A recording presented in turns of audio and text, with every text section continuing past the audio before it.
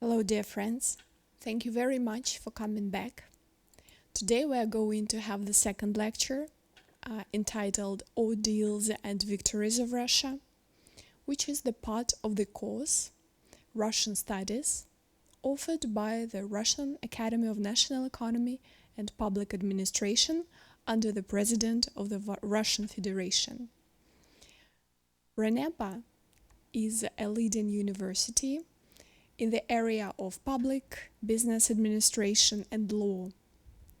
RUNEPA operates in 47 branches across the Russian Federation and uses unified standard approach to studies. Currently we are broadcasting from Volgograd. This is the southeast of Russia. I hope you will enjoy our second lecture, and in this lecture you will get some information about why Russia is what it is now. We will discuss such questions as ordeals in the Russian history, including Kievan Rus period of Feudal Partition. We will look at Russian Empire, Soviet period, and the significance of these periods in the history of Russia. We will look at the turning points in Russian history, as well as some hardships and difficulties Russia is facing today. So, let's get started. Russia's ordeals and victories are crushing, but at the same time ultimate and exciting. Some people may get confused, perplexed when encountering both Russian power and internal contradictions. For centuries, the long-suffering but resilient Russian people have been facing a series of trials, twists and turns in their history. Many nations probably may say the same thing about their destiny, but really, just look at Russian history, some turning points, and judge it for yourself. Fortunately, amongst these ordeals, some really uncompromising, distinguished personalities appeared. Let us remember, for example, the first Russian rulers who fought with external enemies, secured Russian land, contributed to national unification. Throughout Russia's history, there have been repeated experience and challenging times, lots of societal polarization, riots, wars, revolution, civil conflicts, and this is all repeatedly within just the period of just one generation. So, as you probably remember from our last lecture, we spoke about Kievan Rus, the first Eastern Slavic state in the northeastern Europe. This state formed in the 9th century as a result of unification of East Slavic and Finno-Ugric tribes. So in this state back then, there was the period of acute challenges, because the country was divided into many independent principalities which didn't want unification. They fought wars for territorial political supremacy, and of course this led to constant internal conflicts which required serious efforts from leadership to maintain the unity.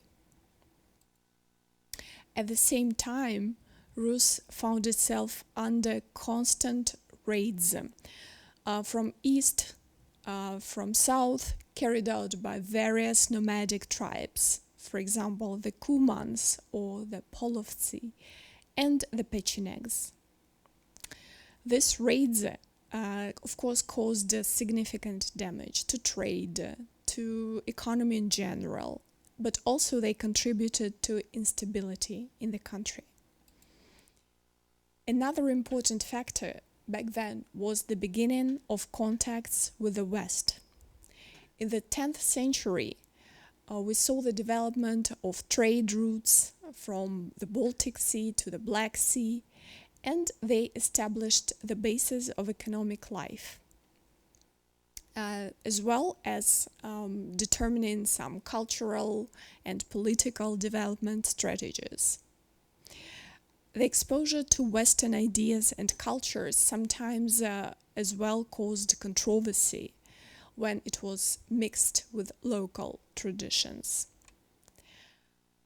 The second moment which I would like to stress is the Byzantine influence. As you remember, Russia took and was Christianized as the Orthodox country by the Byzantine Empire, and through various alliances, including political connections, Russia established a considerable relationship with this Byzantine Empire, which influenced on culture. It influenced, of course, on religion, on politic practices, but as well as causing significant conflict within the country, and, for instance, bringing internal conflicts with such powers as Poland, Lithuania. So these were the main enemies back then. Speaking about Christianization of Rus, adoption of the Orthodox Christianity, of course it was an important event in Russia's history. Crucial step of the development of Russian civilization, I would say it like that. The Byzantine Empire brought the Greek learning, books, the adoption of religious practices, but some pagan tribes residing on Russian territory showed resistance, and there were some conflicts. These trials and challenges have impact on formation of the country, its historical, cultural appearance, and they required considerable efforts on the part of Russian people, Russian rulers, leaders, to overcome them, because they needed to achieve stability and prosperity. It's important period, the period of partition from the end of 11th century to the end of 14th century. This is a time when the territory, as I told you, was represented by a series of independent principalities. They waged conflict wars with each other, and these were the appanage wars. They were conducted between the most influential princes of these principalities. They fought and competed for power, territory. They used forces. In fact, each prince treated this appanage as the private property. They didn't see it as the part of a huge country. Back then, they conveyed these appanages to their heirs, sons, for example. And this, of course, contributed to fragmentation of the country. In each generation, the fragmentation grew. This contributed to constant instability, destruction in the region. So the principalities were weakened themselves, on the one hand by internal conflicts, which escalated even further by external attacks and external invasions. So during this period, we found ourselves under constant threat of invasions from east and west. The Mongol, for instance, the Mongol hordes, they were led by Genghis Khan, and his heirs, they carried invasion of Rus, which brought the destruction, the depletion of land. At the same time, on the west, our enemies, Poland and Sweden and Lithuania, also sought to expand their territories, their possessions, and entered into conflicts with Russian principalities. The Khan rule took place for some centuries. So after the Mongol invasion, Rus came under Khan's rule. This was the Golden Horde. The Mongols demanded payment, or they call it tribute. They installed their governors in the Russian principalities. Of course, this complicated political situation. This limited the independence of Russian princes. And I'm going to run a bit ahead of myself and tell you that this difficult situation ended only when the country unified under the Moscow. At that moment, only Moscow autocracy was capable of gathering Russian land into something unified. Constant wars, destruction led to economic decline of Kievan Rus, which started in the mid-12th century and continued up until the end of the 14th. The trade, agriculture suffered. Furthermore, the region lost its role because the international trade routes were no longer that important. And naturally, this affected the well-being of Russian population, created additional problems for already difficult political situation back then. The spread of Islam on the Russian territory, which was brought through the Mongol establishing Muslim Khaganate and influence. This created religious conflicts, some dispute between Christians and Islam. However, despite various ordeals in the Appanage area, Rus was able to preserve its culture, its religion, and I would say national unity. While it was, as I said, united under the rule of Moscow, or back then it was called Moscovia. So the Russian Empire is the next stage.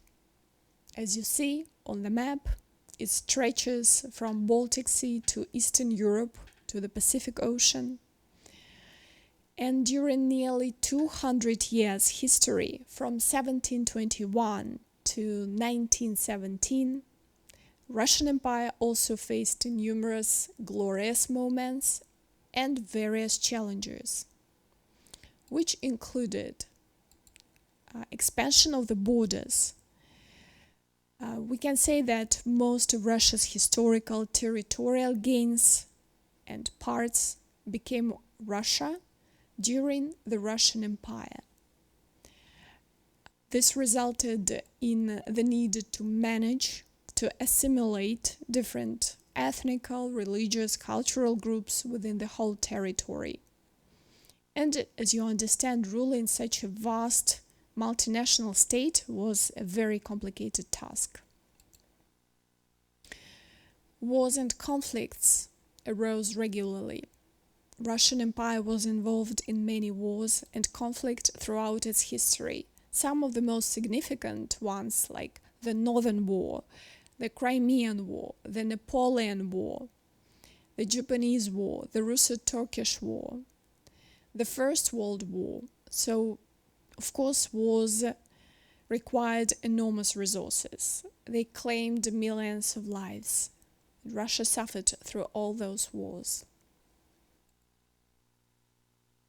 At the same time, political protests and revolution were inevitable because people were not happy with the situation in the country.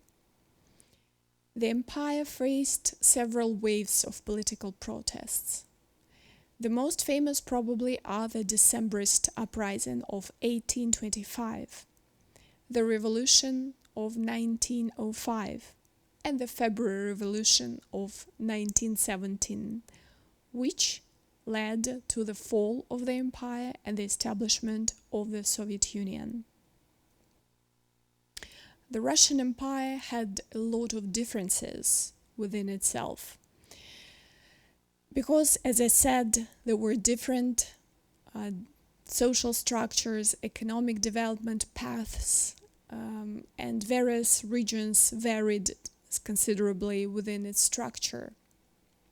The Russian Empire in general had a ruling class, the nobles on top. They held lands, served as officers in the military. There were also the clergy at the top. So all these classes, which I said, represented 13% of population. The majority, of course, were the peasants or the serfs. They were the lowest class. They represented over 80% of the population. The problem was and is high inequality. And this high inequality led to social conflicts and tensions. Modernization was necessary, both of the state and the society. The reforms. So the reforms based on Western European models were the solution. And of course, the crisis of landlord economy, we speak about the poverty of the peasants, low purchasing power of the population. All these factors considerably held back the development of country, the development of internal and external positions. Russian Empire faced challenges. They wanted to modernize, to transform the economy and the political system. They needed to implement those reforms successfully in order to compete with Western European powers, in order to gain the sovereignty, because Russian territory was interesting for our neighbors and our resources. So thanks to Peter the Great, who brought significant changes to political system, to economy and culture, these reforms started to be implemented. They are generally, the rules and the reforms of Peter the Great are viewed by Russians as quite brutal, but very much needed. They were necessary to take Russia out of the mold, bring Russia into modern age. And this is why reforms are often were met with resilience, causing social, political protests and stability. So these are the challenges, very serious problems which the Russian Empire faced. In some cases, those challenges led to change, positive change, to reforms. Where it was not possible, social and political conflicts appeared. And now the Soviet period, from 1917 to 1991. It was the period of really serious trials. The Russian Civil War, after the February Revolution, when the Russian monarchy ended with abdication of our Tsar, Nikolai II, the royal dynasty, and the October Revolution of 1917 marked the beginning of the Civil War in Russia. So the war was fought between the Bolsheviks and the Social Democratic Provisional Government. The war ended in 1922, resulted in economic collapse, famine, widespread violence. It had a huge impact on the formation of the course of the Soviet history. Collectivization and Holodomor in the 1920s, 1930s of the Soviet leadership. We faced the policy of collectivization, of unity, so while the peasant lands were united into collective state farms, This was conducted by forcible seizure of lands from peasants, their private property, and caused mass conflict. In 1932-1933, Ukraine and other regions of the USSR, they were gripped by Holodomor. This is an artificially induced famine that led to millions of victims.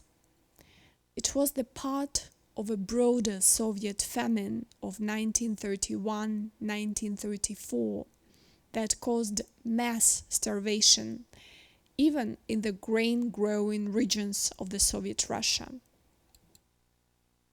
The World War II. The USSR played the key role in defeating Nazi Germany in the World War II, where 61 countries with population of 1.7 billion people, about 80% of the total number of people living on planet took part. The war lasted for 6 years and ravaged on the territory of 40 countries. The price of the Second World War was great and number of victims staggering. And I can say that the Soviet Union suffered the most. This is the country which had, Soviet Union and Russia, irretrievable human people loss of 26.6 million people.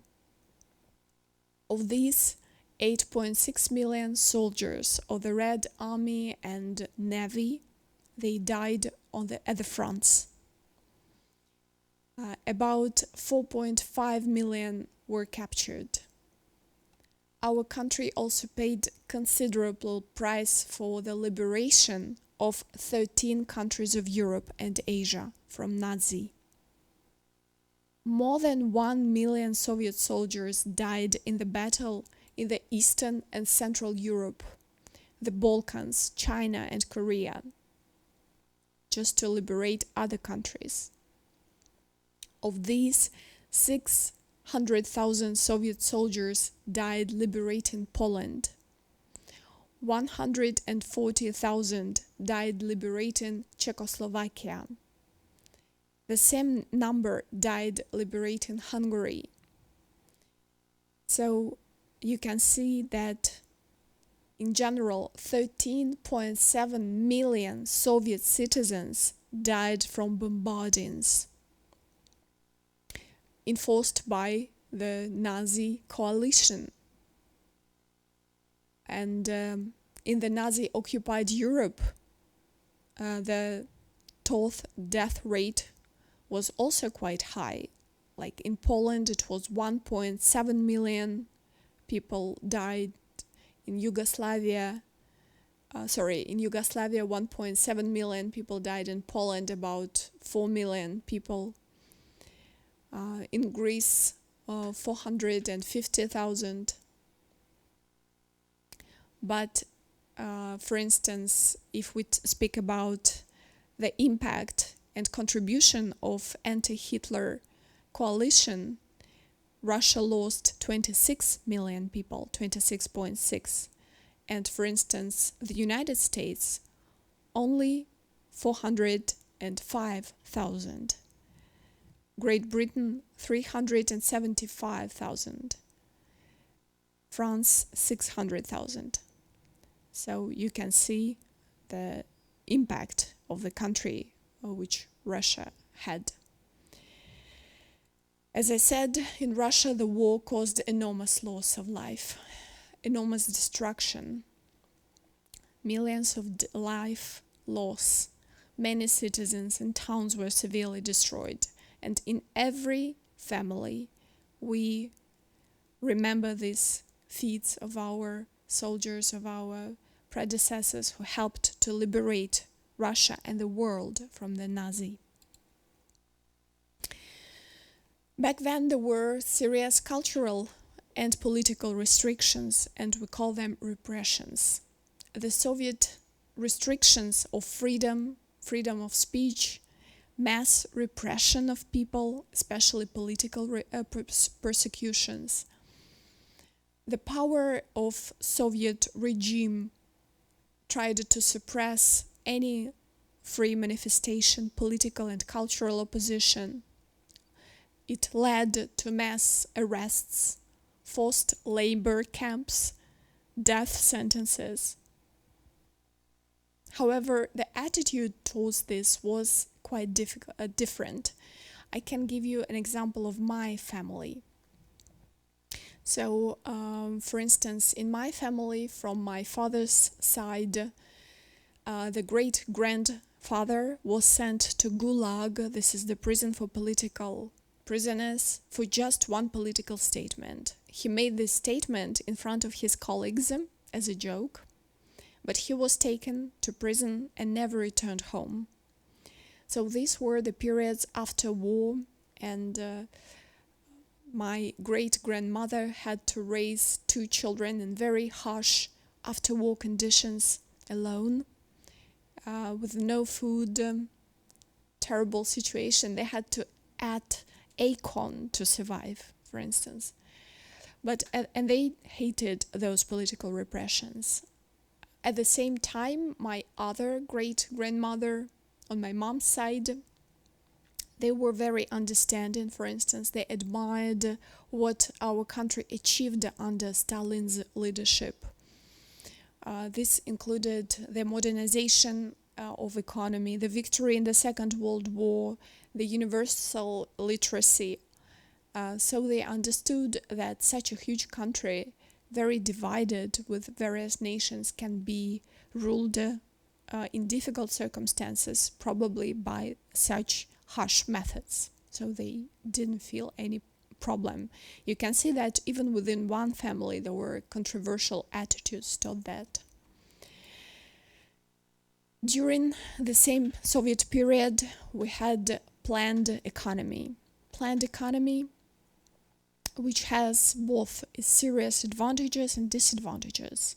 An obvious advantage, of course, was almost complete absence of unemployment, ability to realize, implement any huge project of construction, like railway, huge long railways, to establish a new industry. There were the development of new territories due to centralized distribution of resources.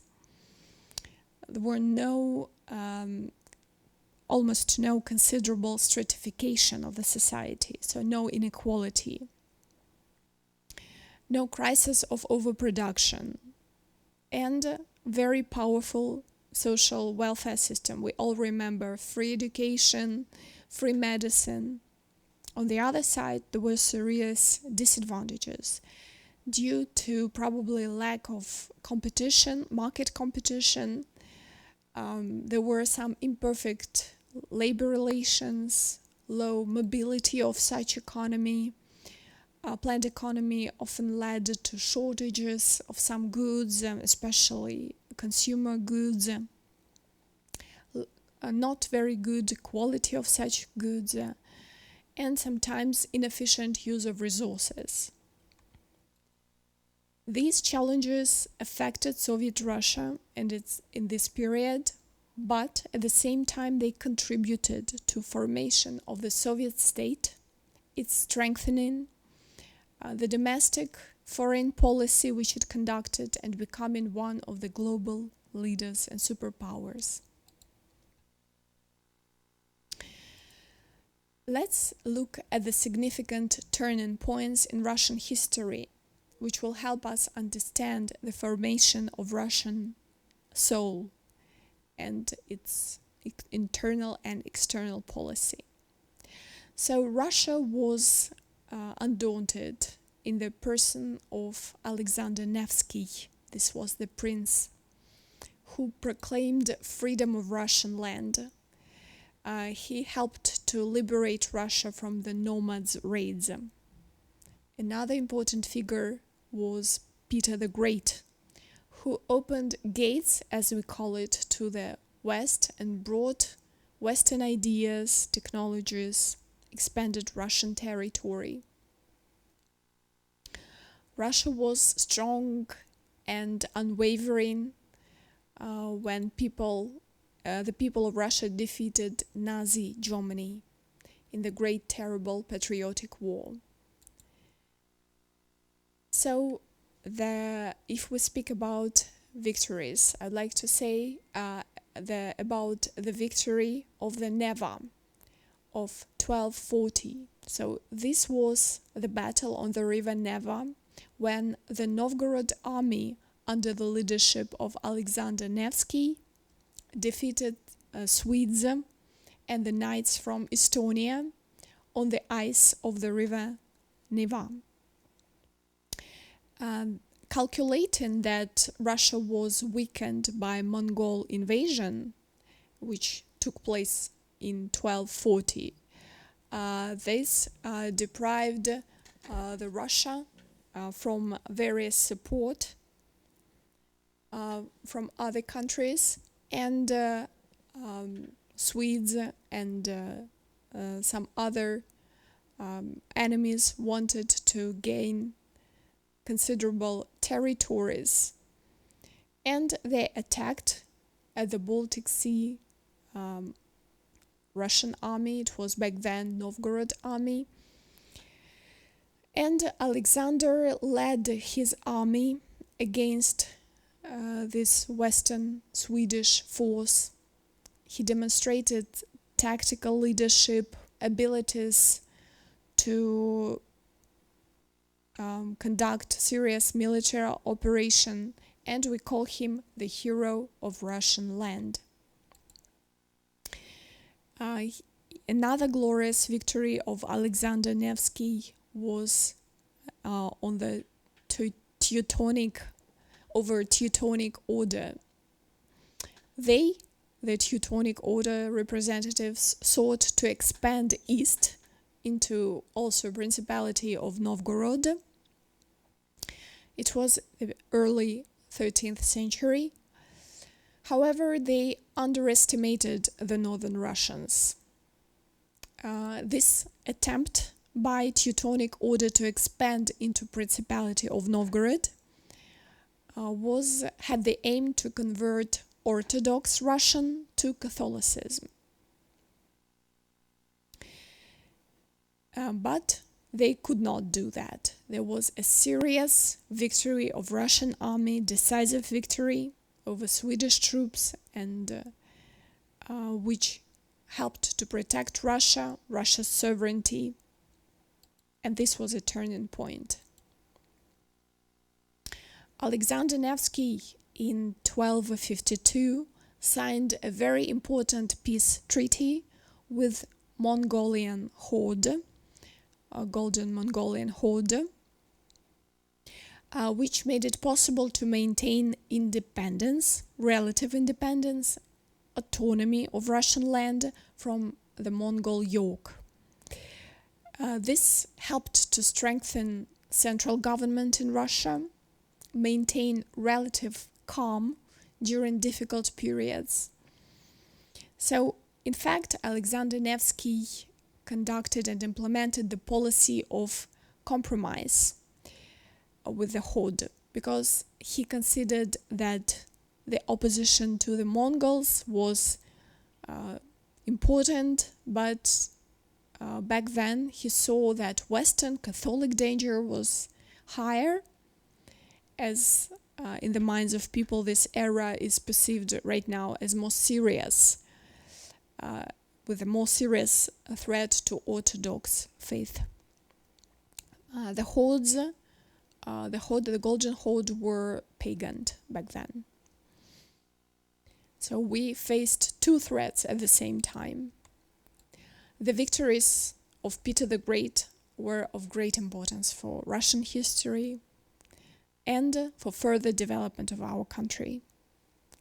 Let's remember the Battle of Poltava, 1709, which was a decisive victory of Peter I, or Peter the Great, over Charles XII of Sweden and his allies. The battle ended Sweden's status as the major power and marked the beginning of Russian supremacy in Eastern Europe.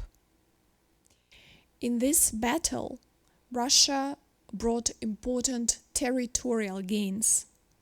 It strengthened its role and position as a European power and could be included in the Great Empires list. Another campaign, which was the Azov campaigns of 1695-1696 by Peter the Great, were carried out the campaigns of capture the city of Azov. It was controlled by Ottoman Empire back then, and Azov campaigns, they were aimed at getting access to Azov Sea and the Black Sea. It was very important from the point of view of developing maritime power. It showed that Russia is able to compete with great world powers and get us important access to the sea. The Battle of Gangut, or Hanko as it called it, took place in 1714, when the Swedish Empire, again trying to recover its losses from the Battle of Poltava, attacked Russia in the southern Baltic. However, Peter the Great managed to win this battle and strengthen Russia's control over this territory in the Baltic Sea, which became a very important step in the strategic development. Recognition of Peter the Great as emperor was in 1721, because after numerous military successes and reforms, he declared himself the Emperor of Russia, which helped to strengthen and centralize government, to transform Russia into a strong and modern empire. Victories of Peter the Great allowed Russia to play an important role in the world, made significant changes in politics, in culture, in economy. So, a very, very important period for Russians' identity.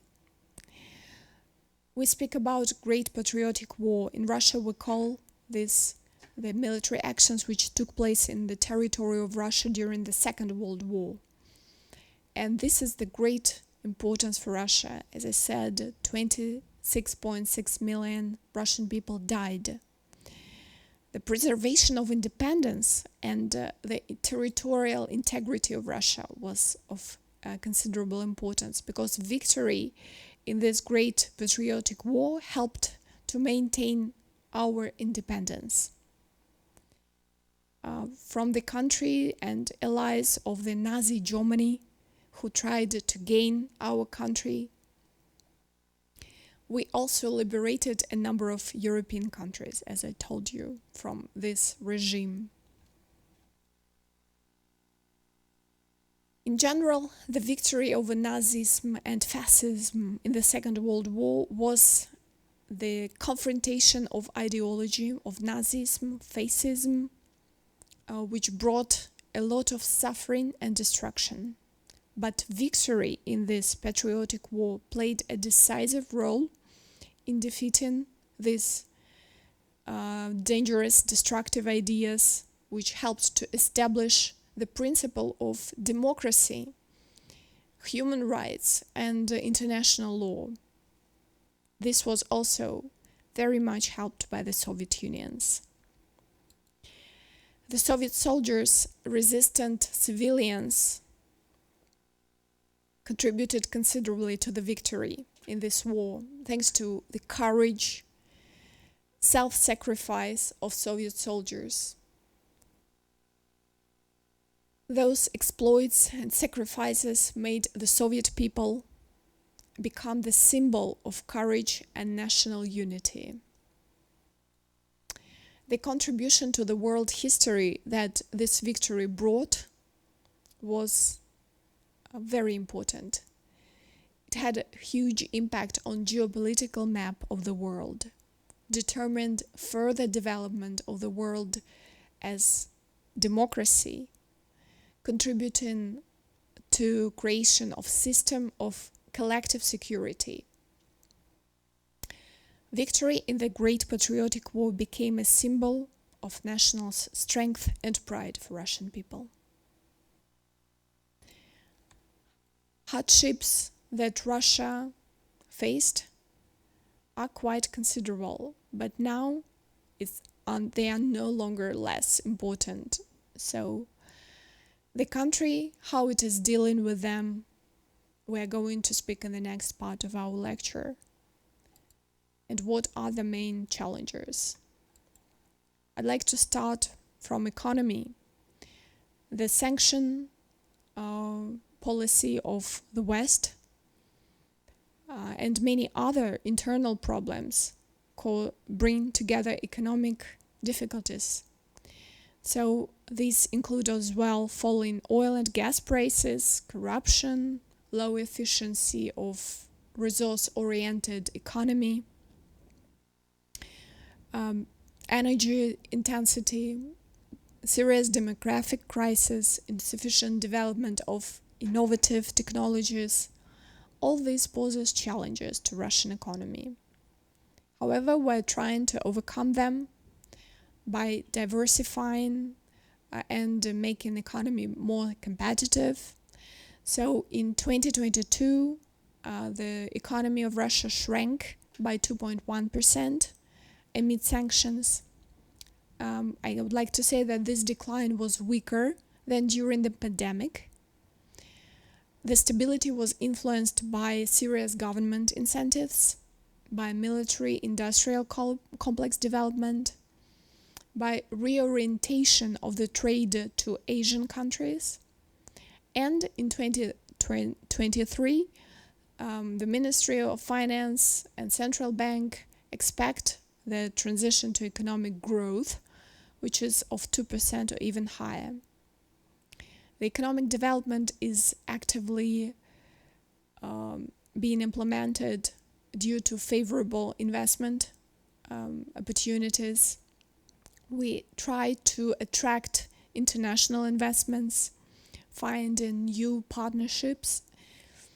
Economic reforms are also being carried out, as particularly some industries, especially innovative technologies, digital technologies and economy are being developed. Geopolitical tensions of Russia. We have found ourselves in their position to many Western countries, including the United States and the European Union. This was due to a range of issues, including the Ukraine war, the Syria civil war, the interference in other countries' internal affairs. This is causing geopolitical and diplomatic tensions. But Russian authorities continue to strive for dialogue, for cooperation with Western partners. But despite geopolitical tensions, we are trying to strengthen our positions in the Middle East, in Asia, in Africa, participating in a number of important alliances, including BRICS. Another important problem is demographic problem.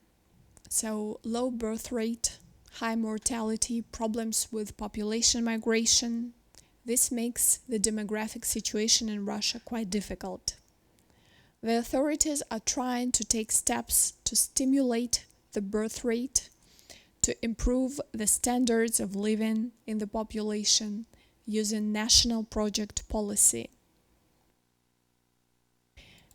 For example, the demographic measures taken by Russian government include the stimulation of birth rate and improvement of living conditions of our citizens and families.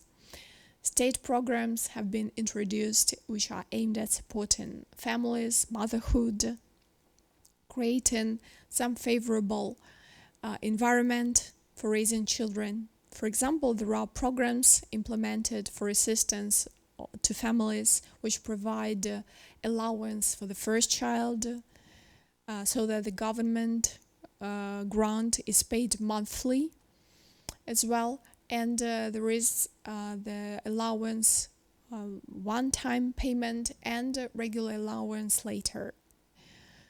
So up until the 18th month of the child.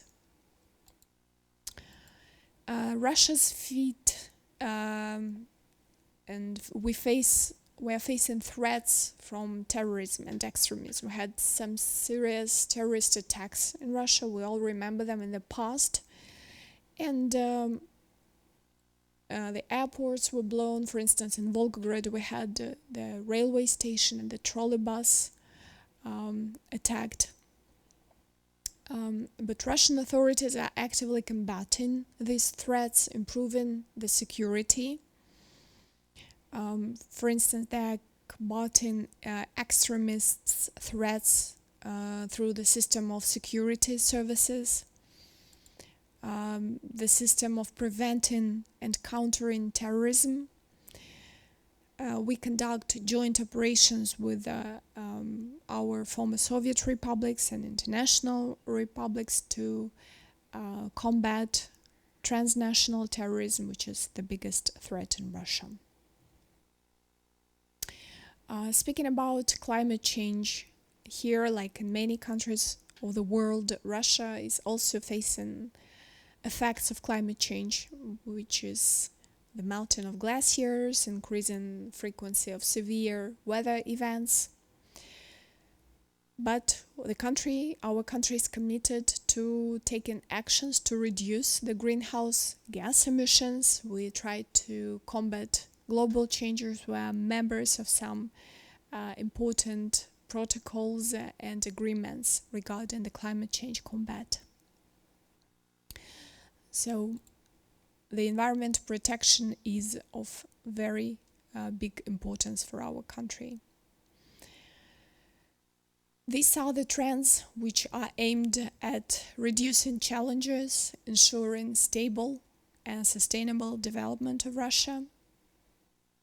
They require constant efforts in cooperation with other countries and other areas of the society.